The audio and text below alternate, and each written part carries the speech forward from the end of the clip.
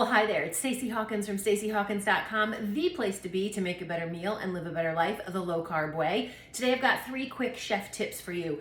Secrets that chefs use in the kitchen that will help you get a better quality dinner, product, whatever it is you're making on the table every night. All right, first one, use tongs when cooking. They are an extension of your hand and make it so easy to toss, grill, bake, whatever you're doing, just use these. Second tip, if you're cooking something in oil, it needs to be hot to get the best results. How do you check to make sure it's hot enough? Take a few drops of flour and just put it in the pan. If it sizzles and bubbles, it's ready to go. Last but not least, a lot of you are making smoothies, soups, things in the blender. Put the liquid in first. It will guarantee that things will blend better for you rather than putting the powder in first. Put the liquid in, put the top on. See, there's a hole in here for a reason. Then put your dry ingredients in. I'm Stacey Hawkins from StaceyHawkins.com. If you need more recipes or great ideas, check us out on the web. Have a great day.